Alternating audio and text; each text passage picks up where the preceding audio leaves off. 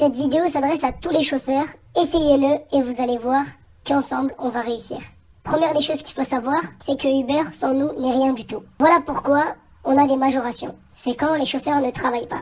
Alors on va simuler comme si on ne travaillait pas. Pour ça, rien de plus simple, vous avez juste à vous mettre hors ligne et arrêter de vous mettre tout le temps en ligne. En essayant ce que je vous dis, vous allez voir par vous-même que vous allez gagner plus d'argent en travaillant moins longtemps. Ce que les clients doivent comprendre, c'est que l'approche n'est pas payée. Et en plus que l'approche ne soit pas payée, l'attente n'est pas payée non plus. Par contre, avec la majoration, elle va compenser l'approche et l'attente. Pour ça, tous les chauffeurs, je dis bien tous, essayez de vous mettre hors ligne à chaque heure pour commencer et vous allez voir que ça marche très bien. Plus on sera de chauffeurs hors ligne, plus les majorations vont augmenter.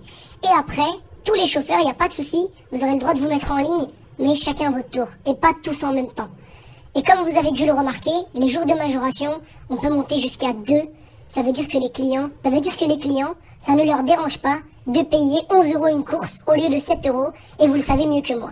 Donc à partir de maintenant, Uber, chauffeur privé ou n'importe quelle autre plateforme qui permet des majorations, vous déconnectez chaque heure. C'est-à-dire 8 h du matin, 9 h du matin, 10 h du matin.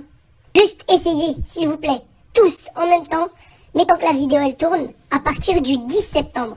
Et vous savez mieux que moi que les majorations peuvent monter même jusqu'à 3 si on est patient.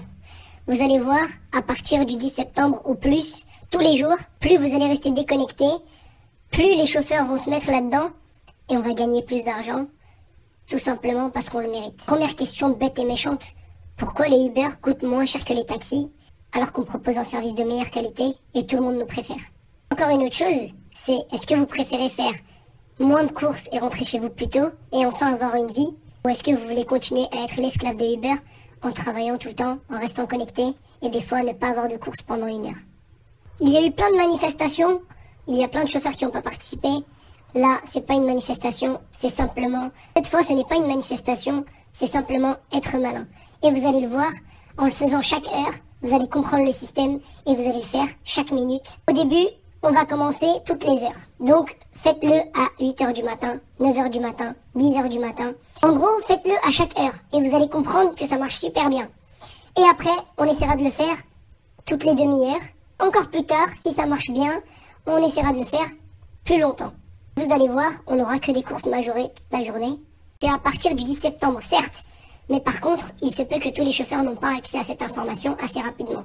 Donc, à partir du moment où vous avez vu cette vidéo, même à partir de demain, même à partir de n'importe quand, dès que vous avez vu cette vidéo, faites l'astuce et croyez-moi, vous allez voir que vous allez faire plus de rentabilité, faisant moins d'heures de travail. Moi personnellement, ça m'arrive plusieurs fois d'être dans une zone de majoration et qu'au final, je reçois une commande qui n'est pas majorée. Je peux vous le garantir que je ne l'accepte pas. Pourquoi? Tout simplement parce qu'il y a des endroits majorés. Pourquoi je vais accepter une course majorée?